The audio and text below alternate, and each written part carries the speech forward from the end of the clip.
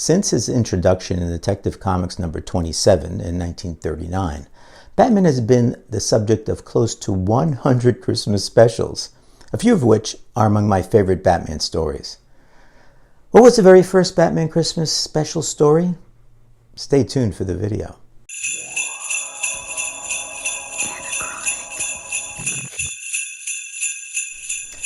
Hi comic book fans, I'm Joe and welcome to Anachronic Comics. Batman has grown over his 85-year history to be one of the top comic book figures of all time.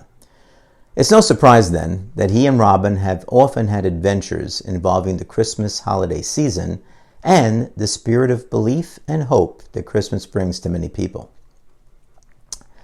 Before we get into the very first Batman Christmas story, here are my two favorites. The first is Silent Night, Deadly Night from Batman number 239 in 1971, written by Denny O'Neil with pencils by Irv Novick, and a great cover by Neil Adams. On Christmas Eve, Batman is searching for a criminal who has been assaulting men dressed as Santa Claus, who are raising money for charity. After pursuing the attacker for a while, Batman finally confronts him and learns that he is unemployed and robs street corner Santas to gather money for his bills and to provide a nice Christmas for his niece. The man shares that he has lost his job, and although Batman sympathizes with his situation, he does not excuse the man's wrongdoings. The man then realizes that he has been directing his frustration at society instead of towards his former employer. The man attacks Batman and intends to confront his old boss, unaware that the boss is weak and elderly. Batman manages to recover quickly and intends to stop the man from harming his former boss, but to his surprise, he finds the man assisting the elderly man. Batman takes both of them to the hospital, where everyone experiences a genuine Christmas Eve. The second is The Silent Night of Batman from Batman number 219 with a cover date of February 1970. As you know, crime never takes a night off. At least that's what Batman believes. Although Batman believes that crime is relentless, even on Christmas, he spends Christmas Eve singing carols with Commissioner Gordon and his team. Throughout the night, surprisingly, there are no crimes reported, despite numerous opportunities for them to occur. The presence of Batman unwittingly prevents any criminal activity. Of all the Batman Christmas stories, the first is very special. It appeared way back in Batman number 9 from March of 1942 with the iconic cover by Fred Ray and Jerry Robinson. Written by Bill Finger with pencils by Bob Kane, it is a Batman Christmas that masterfully blends classic detective work, thrilling action, and the enchanting holiday spirit. Let's get into it.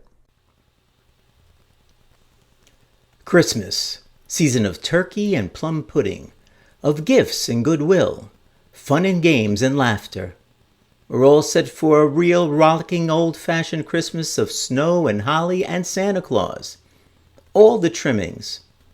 And you're invited to a merry Yuletide party with the Batman and Robin, the Boy Wonder, where we'll team up with that jolly red-faced, white-haired old gent to give a lonely orphan boy the most wonderful Christmas present in the world, his dad.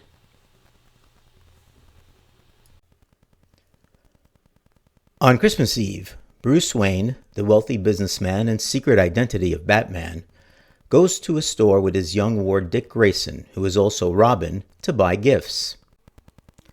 "Merry Christmas to you, brother." "Merry Christmas."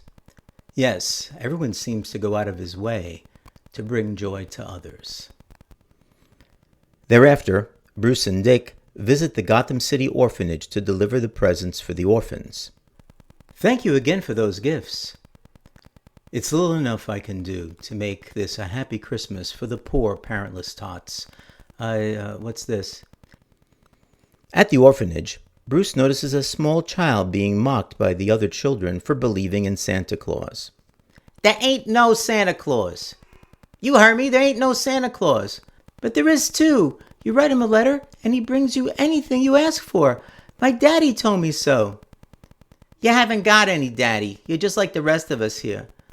But I haven't got a daddy. He's only on some long trip. Gee, I wish I knew when he was coming back. He's not ever coming back. But if you believe in Santa Claus, why don't you ask him to send you your daddy?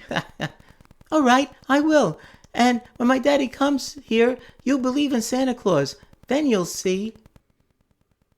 After some investigation, Bruce finds out that the child is not actually an orphan, but rather his father is currently incarcerated at Gotham State Penitentiary. The child's father claims he was framed for a crime he did not commit, the theft of a safe from a toy shop and the murder of a security guard. The child asks Bruce to mail his letter to Santa Claus. Mister, will you please mail this letter for me? Please, it's to Santa Claus. Why, of course, and I'll see that he gets it. Dear Santa Claus, I don't want any toys. All I want is for you to bring my daddy back to me. The other kids say you are not real, but I believe in you, and they will too when they see me with my daddy again. Yours truly, Tim Cratchit. After reading it, Bruce is determined to help the child and clear his father's name. Batman and Robin visit the prison to hear the father's side of the story. The father, whose name is Bob Cratchit, explains that he was broke and had no money, so attempted to steal a toy for his son the previous Christmas, hoping to pay the store owner once he got a job, but instead discovered a burglary in progress. When he tried to stop the real thief, a criminal named Hal Fink, the father was knocked unconscious and framed for the crimes. Batman and Robin then track down Fink's gang to their hideout, where a disguised street Santa warns the criminals of the hero's arrival. In the ensuing fight, Batman and Robin are outnumbered and captured, trapped inside a water tank at the top of the building. However, Batman is able to devise an escape by sealing the tank's intake pipe and waiting for the building tenants to use up the water. After escaping, Batman and Robin follow Fink's gang one more time and are able to defeat them. Fink is arrested, but with insufficient evidence to convict him. As a result, Gordon and Batman recreate the original crime scene, and police take Fink back to the toy shop, where a mysterious ghost of the dead security guard appears. They cannot see or hear me, for their consciousness are clear, but not yours, Hal Fink. I don't hear anyone, Fink. There's nobody here but us. You're trying to trick me. There, hear him talking? It is time, Hal Fink. Come, the hour grows short. We have a long way to go. No, don't touch me. Stay away from me. Stay away from me. Stay away. You're a ghost. You're dead. I killed you once. I'll kill you again. You hear me? I'll kill you again. Causing Fink eventually to panic and confess his crimes. The next day, Christmas Day, Bruce Wayne arranges for the child's father to be reunited with his son, and the street Santa, revealed to be Fink's accomplice, is taken to the orphanage to prove to the children that Santa Claus is real. Gee, them kids has got right into my heart. All of them looking right up at me and thinking I'm a swell guy. Gee, when I get out, I'm going to go straight. I hope you mean it. I spoke to Commissioner Gordon and persuaded him to let you go free on parole. Thereafter, Batman and Robin join Commissioner Gordon and Linda Page at the Gordon household, celebrating the holiday together. Merry Christmas, Robin. Commissioner Gordon, Linda Page, golly, this almost does make me feel like I should believe in Santa Claus, even though I know he isn't real. I'm sorry to hear you say that, Robin, for Santa is real. So real, a little bit of his spirit creeps into a father's heart, so that on a Christmas Eve he becomes the very image of old Santa himself. Santa is real and always will be if we believe in the spirit he stands for, good cheer, unselfishness, and love of fellow man. That's the real Santa Claus. And now I think it's time for us to thank the loyal readers who follow our adventures. And so, as Tim observed, God bless us everyone, and Merry Christmas, everybody. I hope you enjoyed it.